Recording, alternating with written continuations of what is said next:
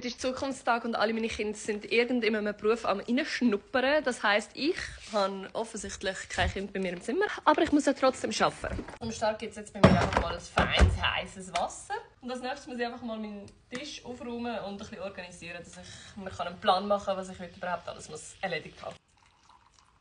Meine To-Do-Liste ist gemacht und ich habe mir einiges vorgenommen. Mal schauen, wie viel ich heute im Verlauf des Tages schaffe. Aber ich starte jetzt einfach mal mit etwas einfach. Und da bin ich wieder beim Verstauen angekommen. Die sollen am Schluss hier einen Platz haben. Das ist jetzt irgendwie minim ausgeartet, weil ich gefunden habe, wenn ich schon am Ausschneiden bin, kann ich gerade so gut bei allen noch die Ecken abrunden. Man sieht so ein Büchsli. Und das ist das Endergebnis.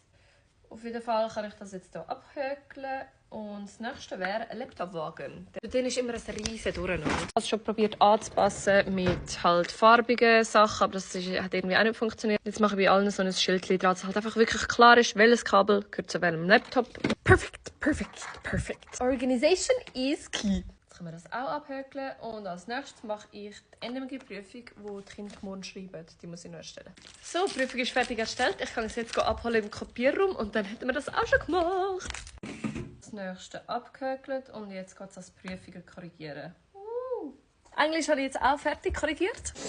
Ich habe jetzt zwischenzeitlich noch eine Sitzung gehabt und für heute bin ich jetzt absolut einfach fertig. Ich habe zwar noch ein paar Sachen auf meiner To-Do-Liste, aber die sind alle nicht so dringend, dass ich morgen nicht unterrichten kann oder auch die nächsten paar Tage. Darum tue ich das noch aufschieben, was du morgen kannst besorgen.